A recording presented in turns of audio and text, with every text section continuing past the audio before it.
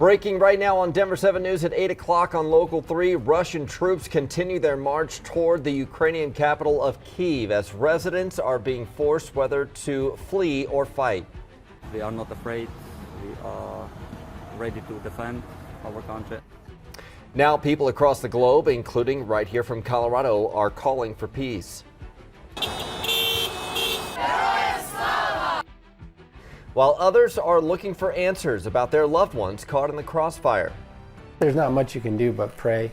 So we've been praying.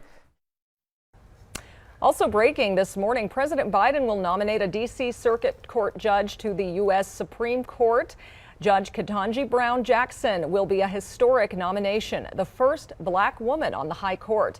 It makes good on one of Biden's campaign promises. Jackson was named to her current post by President Biden last year and was confirmed with bipartisan support. Taking a live look outside from our Mile High camera because the weather is another big story. It is still cold today, although it's really nice to see the sunrise. It is a beautiful start to the morning, but yes, it is very cold. If you're stepping out the door, we're seeing right now single digits and low teens from Commerce City down through Centennial. Highlands Ranch only at 5 degrees right now.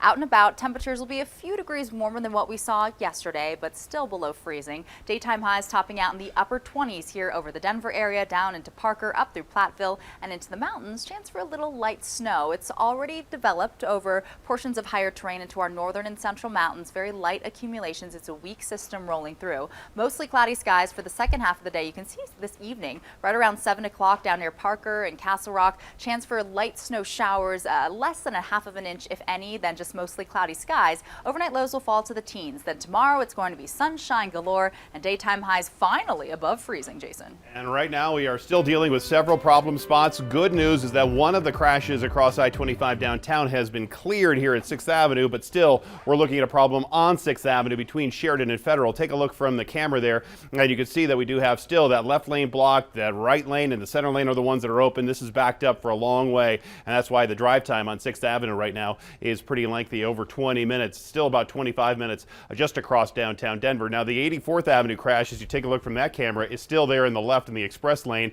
They actually at one point knocked some debris over here into the northbound side. That's clear, but still looking at trying to clear up this wreck, and we have drive times that are pretty ridiculous too, over 45 minutes. So some of the side roads obviously carrying a lot of traffic. If you can get to Pecos or Federal to Highway 36, you'll save yourself some time there. Also still looking at some slow and go traffic in some of the other pockets, but really it's not as bad as I-25 or 6th Avenue for you right now. Well, we have some breaking news this morning. CNN has reported Ukrainian President Zelensky has considered Russia's offer to negotiate. This would be seen as a form of surrender. Talks in nearby Belarus would likely include Ukrainian troops laying down their weapons. Ukraine would also have to declare a neutral status and promise not to seek to join NATO. This comes as Russian troops are closing in on the capital of Kyiv and could have control within hours. 100,000 Ukrainians have been displaced by fighting. ABC's Matt Gutman kicks off our team coverage. This morning, for hundreds of Ukrainians, this train station in Poland is the first stop to safety.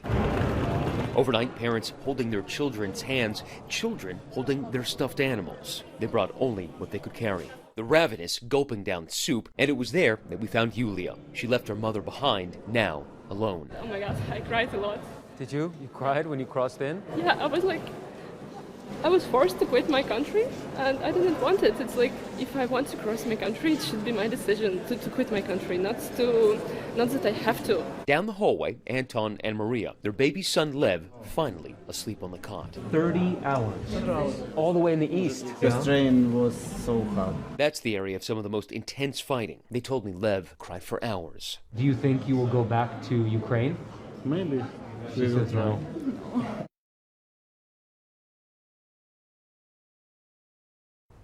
That was Matt Gutman reporting. Until the Ukrainian president agrees to talks, those soldiers and civilians are fighting to repel Russian invaders.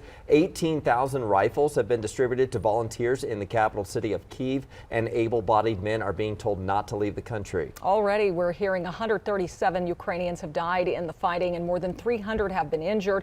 The United Kingdom is reporting hundreds of Russian casualties as well.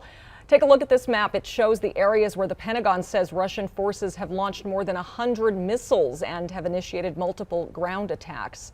Many of those missiles are raining down on civilian neighborhoods. At least 8 people were injured today after a rocket hit this apartment complex in a suburb of Kyiv. And this is a video of an unexploded rocket that got caught in the ceiling of a home. Images that harken back to the days of World War II. In a video message last night, this is Ukraine's president saying Russia has designated him target number 1.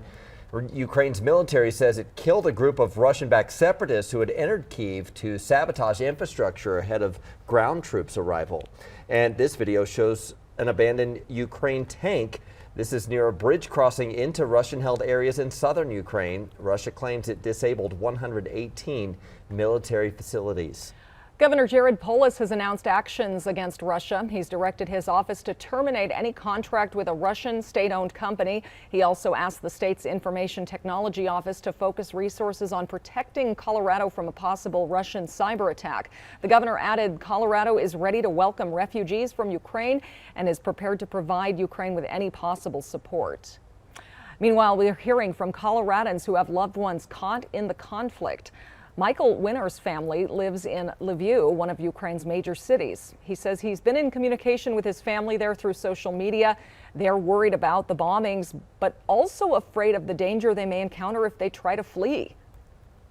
This is like my worst nightmare. I mean, this is one of the worst days of my life, honestly. But for me, it's my family. These are my sister-in-law, my brother-in-law, my mom and dad that I love, and my nephew. One's a baby. Now, with few options and thousands of miles of distance, Michael says his family is just waiting and praying. They have not heard much, but they did hear from the family last night that they are safe right now. Good news there. To get a little more context, I spoke to Roger Baker, an analyst for a global risk intelligence company, about how the invasion could test America's influence in Eastern Europe, where NATO allies have questioned how much the U.S. will come to their defense. How well can the U.S. be depended on? And the U.S. has tried to make it very clear that anyone it has a treaty alliance with, it will 100% fulfill that treaty alliance. Some of the Eastern European countries have been concerned for a long time that NATO overall has not paid enough attention to Russia. I think that one of the things that this does is it reinforces their view that Russia is and will remain a strategic threat to Europe. We're likely to see a longer-term rotation and expansion of U.S. and NATO forces at the far eastern frontier of NATO rather than the old German frontier of NATO. So we will continue to follow any new developments on Russia's invasion of Ukraine as news breaks, and the possibility of diplomatic negotiations between the two sides in Belarus. We will keep you posted on air through our website, thedenverchannel.com, and on the free Denver 7 Plus app. Well, today is the last day for Boulder County residents impacted by the Marshall Fire to opt in or out of debris removal services. Those services are expected to start next week. More than 1,000 homes were lost in the late December wildfire. Denver police are cracking down on crime outside Union Station. The department announced its largest operation to date to improve safety there. Want to bring in Denver 7's Christian Lopez because drugs and crime have been a problem. This is one of Denver's largest gathering places, but this operation, Christian, led to dozens of arrests. Yeah, it did. 42 people were arrested. 10 of those were felony charges. The rest were misdemeanors and drug offenses. But the purpose of that operation was to focus on people that had outstanding warrants and were participating in illegal activities. And DPD's outreach coordinator also helped connect 10 people with resources they needed. Now, we know that people have been calling for change at Union Station as crime continues to increase, and this time we spoke to someone that had a different perspective, someone who is a recovering addict. He didn't want to show his name or face, but he said drugs are very easy to find in that area. You can just go there and find it instantly. Yeah, oh yeah, they're just people are just standing there all day feeding it to the homeless people, man. It's sad. He did tell us that he was glad to see the steps being taken to improve safety in that area. We did look at the data, and since the first day of 2022, there have been around 500 arrests at Union Station. Reporting live in Denver this morning, I'm Christian Lopez, Denver 7. The CDC is making some changes when it comes to its COVID guidelines. The new rules it's expected to announce today, plus the Russian invasion of Ukraine, will impact more than just gas prices, how it could affect the already rising costs at the grocery store.